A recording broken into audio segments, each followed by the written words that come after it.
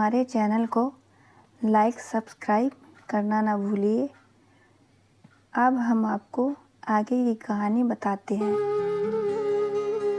गौतम के mummy papa Gautam से बोलते हैं, संध्या के पिता संध्या का रिश्ता लेकर आए थे बेटा, हमने हाँ बोल दिया है। गौतम इस शादी से मना कर देता है। गौतम को मम्मी पापा बहुत समझाते हैं, लेकिन वो कमरे में चला जाता है और फिर संध्या का फ़ोन आता है और बोलती है, गौतम मैं तुम्हारे बिना नहीं रह सकती, इसलिए शादी से इनकार मत करना। गौतम संध्या को बहुत समझाता है, मैं मजबूर हूँ संध्या, मैं तुमसे शादी नहीं कर सकता। ये सुनकर संध्या बेहोश हो जाती है। संध्या के पापा संध्या को हॉस्पिटल लेकर जाते हैं।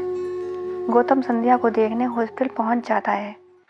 संध्या गौतम को देखकर रोने लगती है।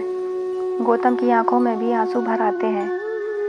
गौतम संध्या से बोलता है, संध्या मेरी ज़िंदगी की एक सच्चाई है जो किसी को नहीं पता, जो मैं सिर्फ तुमको बताना चाहता हूँ।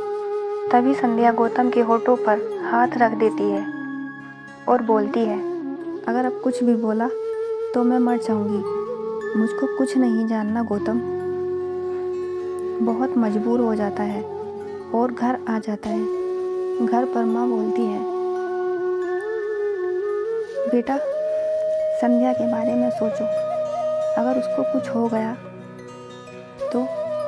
गौतम बोलता है, माँ उसी के बारे में सोचकर ना बोल रहा हूँ। अब वो सोचता है, मैं कितना मजबूर हूँ, सच किसी को बोल नहीं सकता और मेरी वजह से किसी जान चली जाए ये मैं होने नहीं दे सकता। अब गौतम माँ की जिद पर शादी के लिए तैयार हो जाता है, लेकिन उसको संध्या की बहुत चिंता होती है। अब दोनों की शादी हो जाती है। शादी के बाद गौतम के चेहरे पर एक उदासी सी रहती है। अब शादी को 5 महीने हो चुके थे। गौतम और भी ज़्यादा परेशान हो जाता है, उसको सबकी चिंता होने लगती है। संध्या गौतम को इस तरह देखकर पूछती है, गौतम क्या हो गया है, आप इस तरह से दुखी क्यों हो? क्या आप इस शादी से खुश नहीं हो? इतना टाइम शादी को हो गया है, आपके चेहरे पर परेशानी बढ़ती ही जा रही है। क्या आप मुझसे प्यार नहीं करते? गौतम, नहीं संध्या, मैं तुमसे बहुत प्यार करता हूँ। संध्या बोलती है, फिर क्या बात है गौतम? गौतम बोलता है, संध्या एक बार पापा की बहुत ज़्यादा तबीयत खराब हो गई थी, उनके इलाज के लिए काफ़ी सारे पैसों की ज़रूरत थी। मैं बहुत परेशान था, मेरी समझ नहीं आ रहा था मैं क्या करूं, कहां से इतने सारे पैसे का इंतज़ाम करूं। अगर मैंने कुछ नहीं किया तो पापा को हमेशा के लिए खो दूंगा। तभी डॉक्टर ने बताया किसी को किडनी की ज़रूरत है और वो बहुत सारे पैसे एडवांस में देने को तैयार हैं और वो 6 महीने के लिए बोल रहे हैं। गौतम सोचता है, मेरे पास 6 महीने हैं और वो डॉक्टर को हाँ बोल देता है। इस तरह पापा को नई ज़िंदगी मिल जाती है। इसलिए मुझको तुम्हारी चिंता हो रही है संध्या, इसलिए मैंने तुमको शादी से इनकार किया था। मेरे पास अब ज़्यादा वक्त नहीं है, यही सच्चाई थी मेरी ज़िंदगी की। संध्या ये सुनकर खुद को संभाल नहीं पाती और गौतम के गले लगकर बहुत रोती है।